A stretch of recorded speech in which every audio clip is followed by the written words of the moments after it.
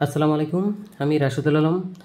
আজকে আমরা পদার্থবিজ্ঞানের তৃতীয় পাঠ নিয়ে আলোচনা করব, আলোর প্রতিফলনের তৃতীয় পাঠ নিয়ে আলোচনা করব।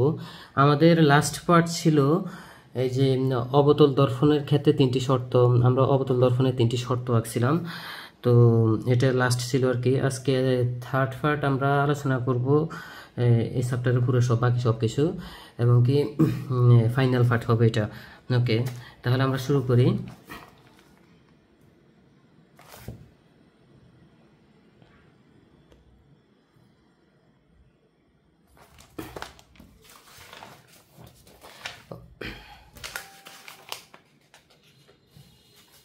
ওকে, আমরা এখন দেখব যে উত্তল দর্পণের তিনটি শর্ত, উত্তল দর্পণ আকার তিনটি শর্ত। উত্তল দর্পণ আকার তিনটি শর্ত।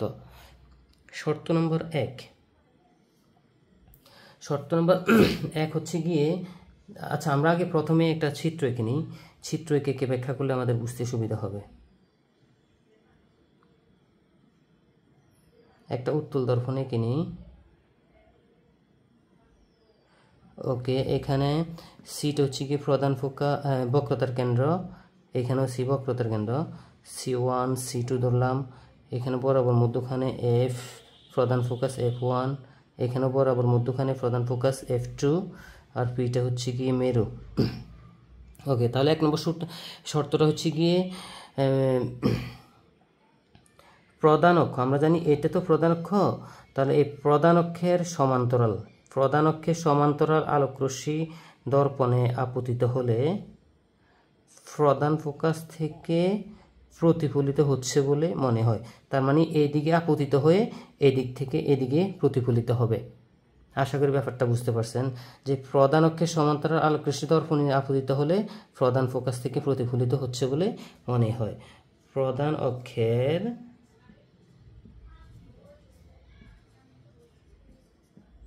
অক্ষের সমান্তরাল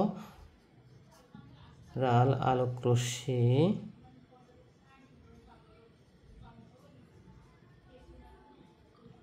দর্পণে আপতিত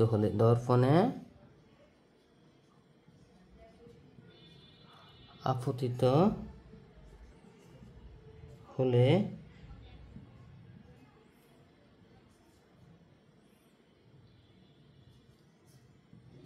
প্রধান ফোকাস থেকে যাচ্ছে বলে মনে হয়। হ্যাঁ, এক নম্বর। ওকে, এরপর হচ্ছে গিয়ে দুই নম্বরটা কি? দুই নম্বর হচ্ছে গিয়ে আমরা চিত্রটা অঙ্কন করি আগে। এখানে ধরলাম একটা চিত্র। ওকে, অবতল দর্পণটা অঙ্কন করি, আর সরি উত্তল দর্পণ C1 C2, এখানে F2 ধরলাম, এটাকে প্রধান ফোকাস 1 বক্রতার মেরু P। ওকে, তাহলে এটাকে আমরা ধরে আলো প্রধান ফোকাস বরাবর যদি আলো আপতিত হয়, আমরা জানি প্রধান ফোকাস যদি এটা হয়, তাহলে এটার বরাবর প্রধান ফোকাস বরাবর আলোকরশ্মি দর্পণে আপতিত হলে প্রধান অক্ষ, এটা হচ্ছে কি প্রধান অক্ষের সমান্তরাল সেটা কি প্রতিফলিত হবে। আমি আবার বলছি, প্রধান ফোকাস বরাবর আলোকরশ্মি দর্পণে আপতিত হলে প্রধান অক্ষের সমান্তরাল সেটা কি প্রতিফলিত হবে। এটা হচ্ছে গিয়ে দুই নম্বর সূত্র।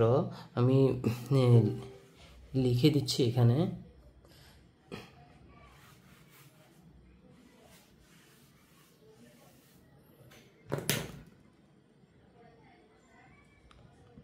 প্রধান ফোকাস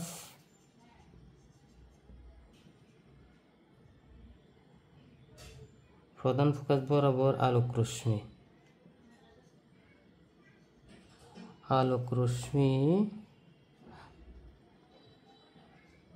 দর্পণে আপতিত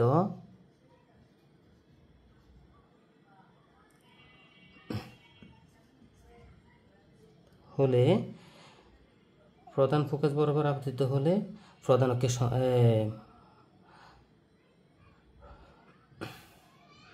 বক্রতার ব্যাসার্ধের সমান প্রতিফলিত হয়।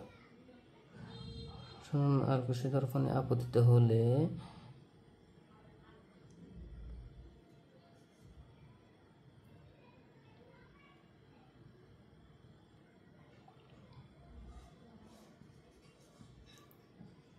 প্রধান অক্ষের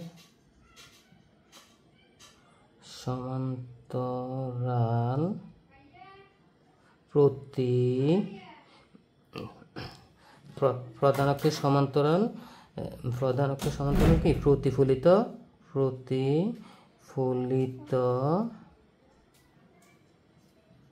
হবে। এটা হচ্ছে গিয়ে 2 নম্বর। ওকে, এরপর হচ্ছে গিয়ে এরপর আমরা 3 নম্বরটা দেখি যে 3 নম্বরটা কি। 3 নম্বরটা হচ্ছে গিয়ে এটা চিত্র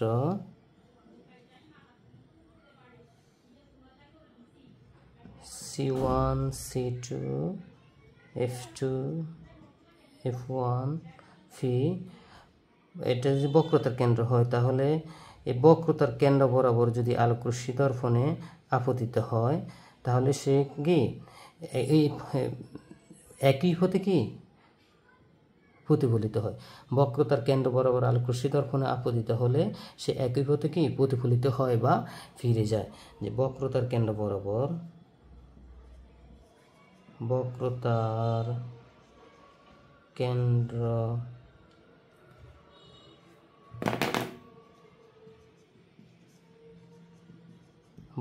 আলোকরশ্মি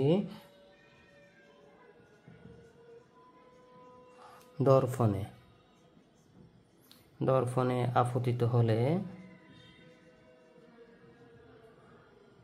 আপতিত হলে তা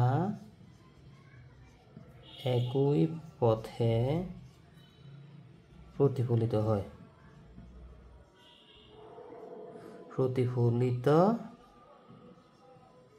হয় বা ফিরে যায়। ওকে, এখন আমরা আলোচনা করব বিম্ব। যে বিম্ব বা প্রতিবিম্ব।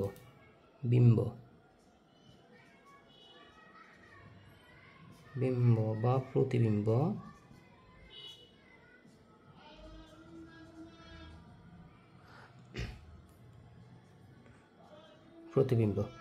ওকে, তাহলে এখন বিম্ব বা প্রতিবিম্ব বুঝার আগে আমরা এখানে একটা জিনিস বুঝে নিয়ে আগে যে এক্সাম্পল ধরলাম এটা একটা আয়না, ঠিক আছে।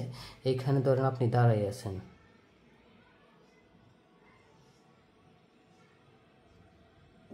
আপনার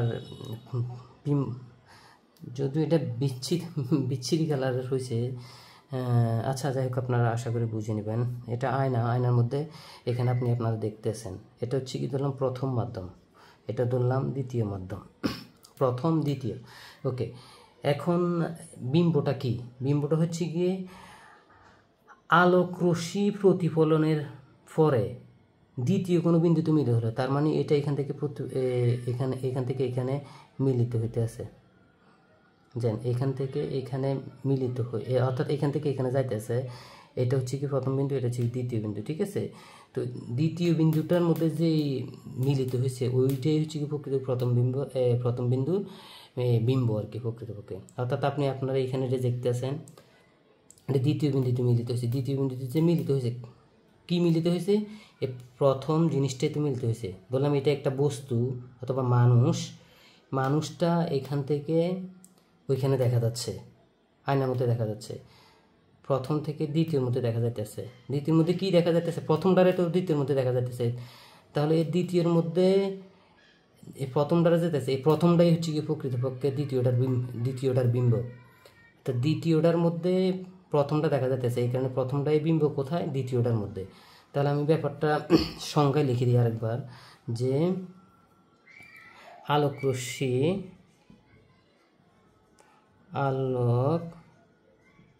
রশ্মি প্রতিফলনের পরে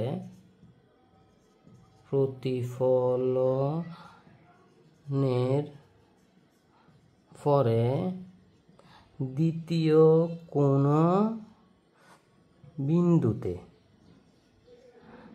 কোনো বিন্দুতে মিলিত হলে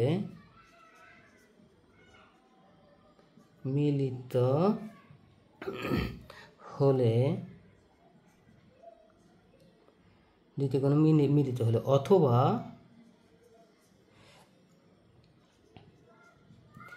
দ্বিতীয় কোনো বিন্দু থেকে আসছে বলে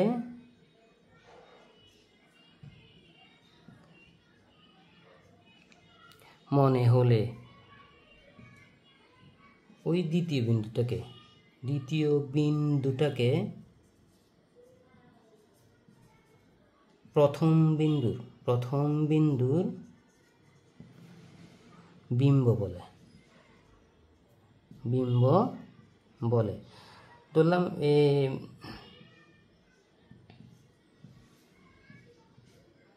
এখানে একটা মানুষ, এখানে একটা আয়না, এটা প্রথম বিন্দু, এটা দ্বিতীয় বিন্দু। তাহলে এখানে কি বলছে, আলোক রশ্মি প্রতিফলনের পরে দ্বিতীয় কোনো বিন্দুতে মিলিত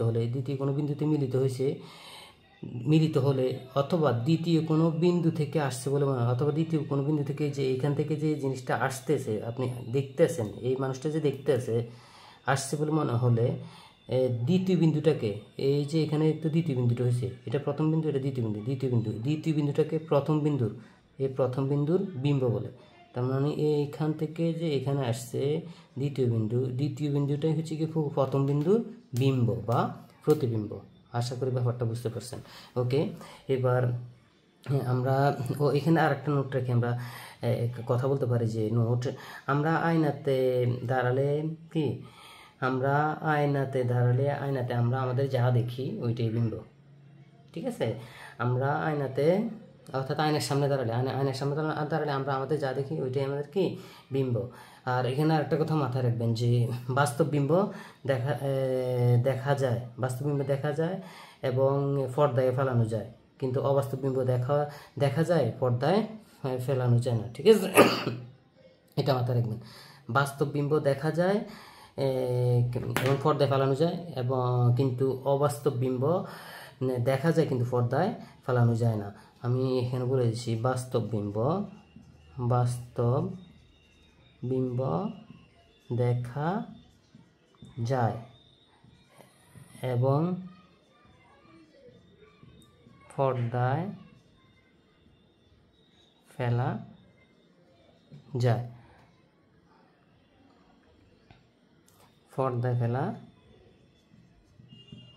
ঠিক আছে, এটা একটা নোট, এটা একটা ধরনের নোট, এটা একটা কি নোট।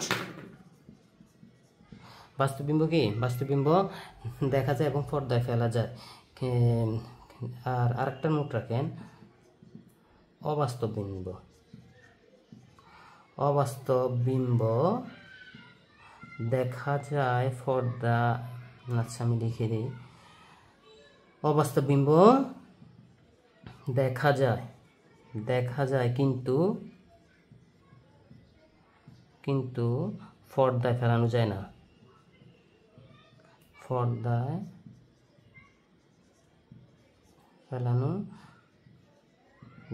না। ঠিক আছে, এই দুইটা অবশ্যই মাথায় রেখেন, আশা করি কাজে দেবে। ওকে, এবার আমরা আলোচনা করব, আমি ওই 2 নম্বর ক্লাসের মধ্যে অর্থাৎ 2 নম্বর পার্টের মধ্যে একটা জিনিস বলছিলাম যে আমরা একটা প্রমাণ করব, একটা প্রমাণ দেওয়ার কথা ছিল। প্রমাণটা হচ্ছে গিয়ে কি এফ ইকুয়াল টু কি RY2, আমরা এই প্রমাণটা করব। ওকে, এখন আমরা প্রমাণটা করি। এই প্রমাণটা করার আগে আমি আপনাদেরকে একটা জিনিস বুঝাই। আচ্ছা, প্রমাণ করতে হবে যে প্রমাণ করতে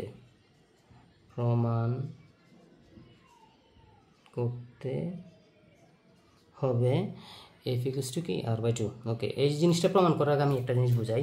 ধরলাম এখানে একটা দর্পণ আঁকলাম, সমতল দর্পণ, সমান যেহেতু আছে সমতল দর্পণ, আশা করি এটা জানেন। কোন একটা আলোক রশ্মি দর্পণে আপতিত হলো, এটা আপতিত রশ্মি, আপতন হলে অবশ্য প্রতিফলন হবে, সেটা প্রতিফলিত রশ্মি, এটা কি আপতন বিন্দু। আমি প্রথম পার্টে বলছিলাম যে এখানে একটা কি থাকবে, অবিলম্ব ছিল, এখানে একটা কি অবিলম্ব ছিল, এটা মাথায় রেখে, অবিলম্ব তো ছিল, ও এটা কি আপতন বিন্দু, এখানে একটা যে বিন্দু আছে এটা কি আপতন বিন্দু, এই জিনিসটা মাথায় রাখেন। তো এই জিনিসটা এভাবে যদি না হয়ে ধরলাম এখানে এভাবেই আছে, একটা হচ্ছে আপতন হয়েছে, প্রতিফলন হয়েছে, ঠিক আছে, আপতন হয়েছে, প্রতিফলন হয়েছে, এখানে অবশ্যই একটা কি অবিলম্ব আছে, ঠিক আছে, অবিলম্ব আছে বা ছেদকও বলা যাইতে পারে, অবিলম্ব, অবিলম্ব হিসেবে আমরা চিনি। ওকে, এখানে একটা অবিলম্ব তো অবশ্যই আছে। ওকে, এটুকু যদি আমরা জেনে থাকি, এখন দেখি আমরা এই চিত্রটাকে প্রমাণ করি, অর্থাৎ এখানে জিনিসটাকে প্রমাণ করি। প্রমাণটা এখানে আমি চিত্রটা অঙ্কন করি, ভালো করে খেয়াল করবেন।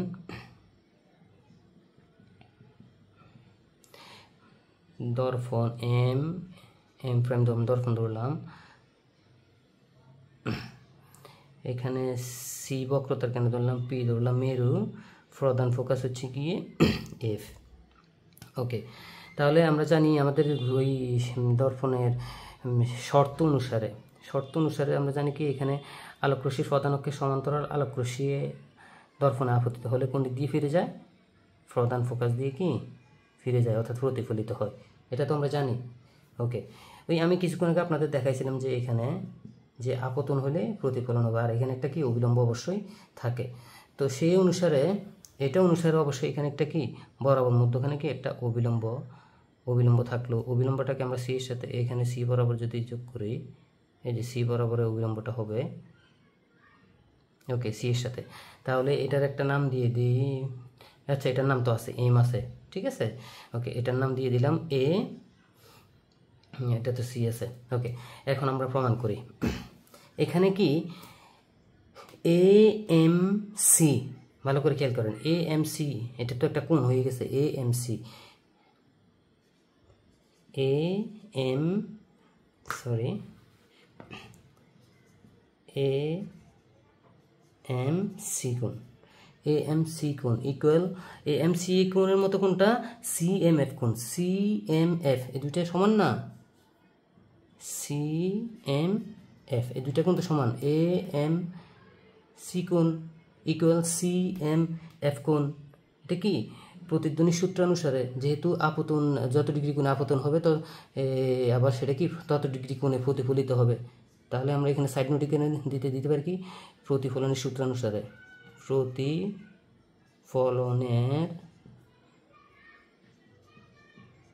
সূত্রানুসারে, কেন এই এম সি কোণ আর সি এম এফ কোণ, যে যত ডিগ্রি কোণে আপতন হয়েছে, অর্থাৎ এখানে অবিলম্ব আছে যত ডিগ্রি কোণে, ধরেন এখানে 30 ডিগ্রি কোণে আপতন হয়েছে, 30 ডিগ্রি কোণে প্রতিফলন হয়েছে, ঠিক আছে, 30 ডিগ্রি কোণে একটা আলোকরশ্মি আপতন হয়েছে, 30 ডিগ্রি কোণে প্রতিফলন হয়েছে, তাহলে ধরেন এখানে যদি এটা আপতন হয়, এদিকে আপতন হয়, এটা যদি ধরেন 30 ডিগ্রি, তাহলে এটা অবশ্যই 30 ডিগ্রি হবে, তার মানে এই কোণটা সমান না, প্রতিফলনের সূত্র না, তাহলে এ এম সি কোণ এটা সমান অবশ্যই সি এম এফ কোণ, এই কোণটা সমান, এই কেন হচ্ছে A M C equals to কি সি এম এফ কোণ, এটা আশা করি বুঝতে পারছেন। ওকে, এটা দিলাম, আর এখানে এ এম এটা সমান্তরাল কে সিএফ না, আরে সরি সিপি, সমান্তরাল সিপি, ঠিক আছে। আর এইখানে এমসিটা কি, এমসিটা হচ্ছে কি তাদের ছেদক, এ এম এবং সিপি যদি সমান্তরাল হয়, ছেদক হিসেবে এখানে তাদের মধ্যে ছেদক হিসেবে কাজ করতেছে কে, এমসি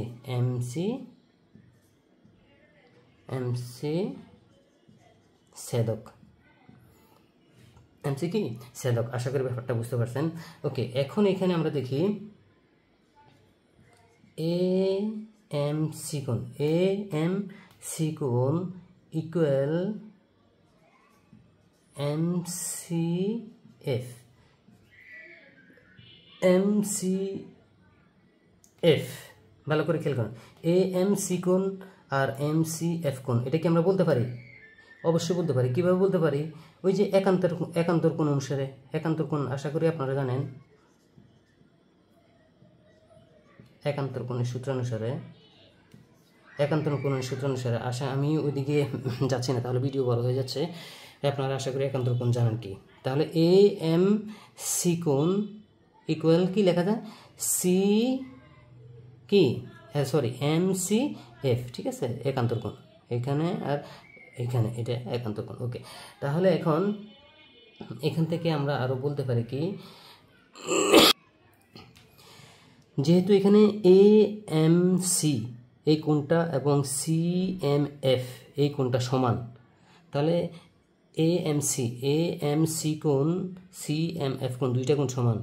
এ এম সি কোণ সি এম এফ কোণ এটা সমান না, তাহলে এ এম সি কোণ ইকুয়ালস টু কি সি এম এফ কোণ, এটা আমরা বসাইতে পারি এটার পরিবর্তে এটা, তাহলে এটা সমান সমান এটা যদি বসাই সি এম এফ ইকুয়াল এখানে কি আছে এম সি এফ কোণ, ঠিক আছে, এটা ওকে। এখন ত্রিভুজ আমরা এখানে বলতে পারি ত্রিভুজ এম সি এফ এ, ত্রিভুজ এম সি এফ এ, ত্রিভুজ এম সি এফ এখানে একটা ত্রিভুজ হয়ে গেছে না, যে এটা এই এম সি এফ এ অথবা এম এফ সি অথবা সি এফ এম যেভাবে বলি আমরা, যে এখানে তো একটা ত্রিভুজ হয়ে গেছে।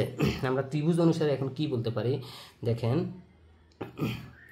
এখানে আমি কোথায় জায়গা তো শর্ট হয়ে গেছে।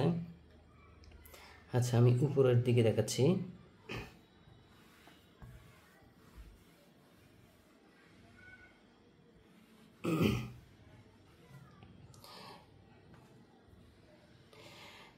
এমসিএফ ত্রিভুজ এমসিএফ এর মধ্যে ত্রিভুজ এমসিএফ এফ থেকে পাই, এটা আমরা এটা লিখি ত্রিভুজ এমসিএফ থেকে পাই এখানে দেখেন সিএফ ইকুয়াল এফ এম, এখানে সিএফ ইকুয়াল টু কি এফ এম, এই যে সিএফ আর এফ এম এটা অবশ্যই সমান, এটা কি সমান, কেন সমান, এটা কি সমদ্বিবাহু ত্রিভুজ এই জন্য সমান, এটা কি সমদ্বিবাহু ত্রিভুজ এই কারণে সমান, সমদ্বিবাহু ত্রিভুজ, সমদ্বিবাহু ত্রিভুজ এই কারণে এটা সমান, সি এফ ইকুয়ালস টু কি এফ এম। ওকে, তা অতএব এখানে আমরা কি বলতে পারি যে এফ এম সমান এফি, এফ এম সমান কি এফি। ওকে, এটা এখন আমরা এফ এম সমান এফি এটা বলতে, আচ্ছা এটা আমি আবার বুঝাই দিচ্ছি যে সি এফ সমান কি এফ এম না, তাহলে সি এফ এর মান তো আমরা এফ এম বসাতে, C F R F M যেহেতু সমান, C F R F M যেহেতু সমান, তাহলে সি এফ এর পরিবর্তে যদি আমরা এফ এম বসাই, এক্সাম্পল এরকম যদি হয়, অতএব এফ এম সমান কি এই যে সি এফ এর পরিবর্তে আমরা এফ এম বসাইছি, তাহলে এফ এম সমান যদি এফ পি হয়, যে এফ এম সমান এফ পি, ঠিক আছে, এফ এম সমান এফ পি, আবার ওই এফ এমটা সমান হচ্ছে কি সিএফ, তার মানে এখানে আমরা এখানে এটাও বলতে পারি সিএফ সমান এফপি, ঠিক আছে, আমরা এটা বলতে পারি না সিএফ সমান এফপি, এখানে যে এফপি বসেছি, তাহলে সিএফ এর মান এখানে আবার এফ এম এ বলা যায়, সিএফ সমান আবার এখানে এটাও বলতে পারি সিএফ সমান কি এফ এম, তাহলে সিএফ এর মান এটাও একটা, ঠিক আছে, তাহলে এফ এম ইকুয়াল টু আমরা সিএফ এখানে বসাইছি।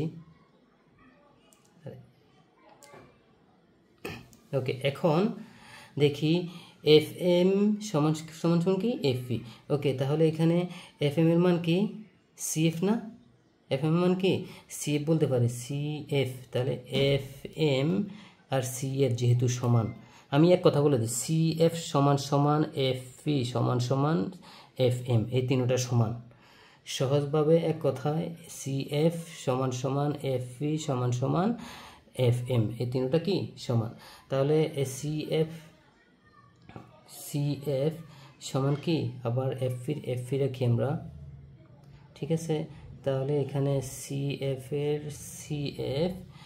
ইকুয়াল CF ইকুয়াল FV কে আমরা কি বলতে পারি, FV ইকুয়াল টু, ওকে তাহলে এখানে আমরা, আচ্ছা এখানে আমরা বলতে পারি আবার এই যে CF না CP, সুতরাং CP সমান CP কোন দুটার যোগ করলে CF আর FV যোগ করলে হয় না, CF প্লাস FV, ঠিক আছে। তাহলে CP ধরলাম CP, তাহলে এখানে FV তো একটা আছে, FP আর CF যেহেতু সমান, তাহলে FV রাখলাম, আর CF সমান সমান আমরা জানি আবার FV, CF সমান সমান কি, যেহেতু দুইটা সমান তাহলে এখানেও FV রাখতে পারি। যদি রাখি তাহলে এখানে কি দাঁড়াচ্ছে, CP সমান FP কয়টা, এখানে একটা দুইটা FV, আবার এইখানে আবার আমরা বলতে পারি কি CP আমরা জানি বক্রতার ব্যাসার্ধ, এখানে আবার দেখাচ্ছি বক্রতার ব্যাসার্ধ, যদি বক্রতার ব্যাসার্ধকে আর দ্বারা প্রকাশ করে মনে আছে, তাহলে CP সমান সমান আমরা কি আর ধরতে পারি ইকুয়ালস টু 2 আর FV এটা কি প্রধান ফোকাস, এখানে যদি প্রধান ফোকাস হয়, এটা প্রধান ফোকাস থেকে বক্রতার কেন্দ্র আর মেরু পর্যন্ত দূরত্ব কি বলে, ফোকাস দূরত্ব না, তাহলে FVটাকে কি আমরা F ধরতে পারি, F, ঠিক আছে। ওকে তাহলে আমরা এটা পক্ষান্তর করি, 2Fটাকে এই পাশে নিয়ে আসি আর ওই পাশে নেই। ওকে এখন তাহলে F ইকুয়ালস টু কি দাঁড়াচ্ছে, F ইকুয়ালস টু R/2, প্রমাণ হচ্ছে F ইকুয়ালস টু R/2, এটাই প্রমাণ। আশা করি ব্যাপারটা বুঝতে পারছেন। এটা কিন্তু অনেক গুরুত্বপূর্ণ একটা প্রশ্ন পরীক্ষায় আসার জন্য, এটা ভালো করে আপনারা মাথায় রাখবেন। ওকে এখন আমরা আলোচনা করব কি বিবর্ধন, যে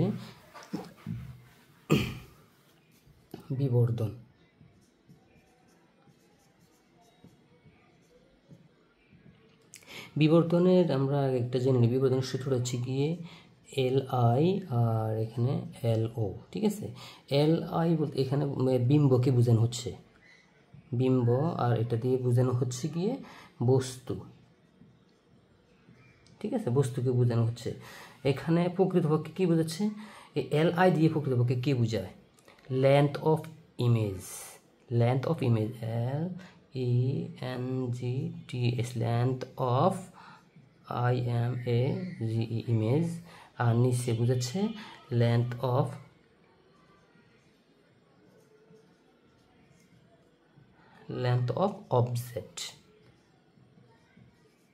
অবজেক্ট, এটা বোঝানো হচ্ছে, ঠিক আছে। ওকে তাহলে বিবর্ধনের সূত্রটা কি, বিম্বের দৈর্ঘ্য এবং বস্তুর দৈর্ঘ্যের অনুপাতকে বিবর্ধন বলে। বিম্বের দৈর্ঘ্য, ঠিক আছে, বিম্বের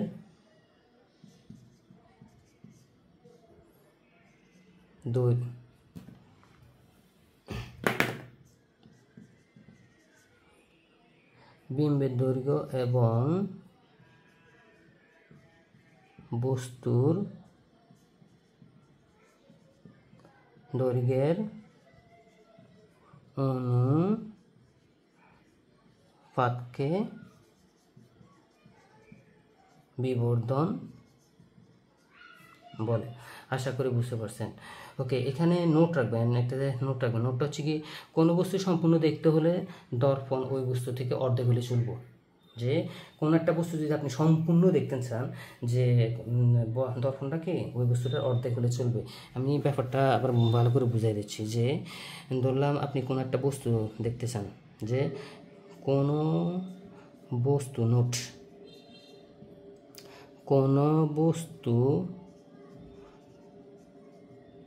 সম্পূর্ণ দেখতে হলে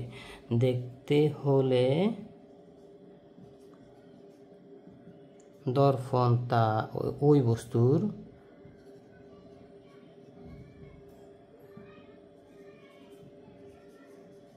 অর্ধেক হলে হবে, ঠিক আছে। অর্থাৎ বস্তু যদি, ধরেন এক্সাম্পল, বস্তু যদি হয় 6 ফুট, বস্তু যদি হয় কি 6 ফুট, তাহলে দর্পণ কত, দর্পণ 3 ফুট হলে বিম্ব দেখা যাবে, বিম্ব দেখা যাবে বলতে সম্পূর্ণ বিম্ব আর কি, সম্পূর্ণ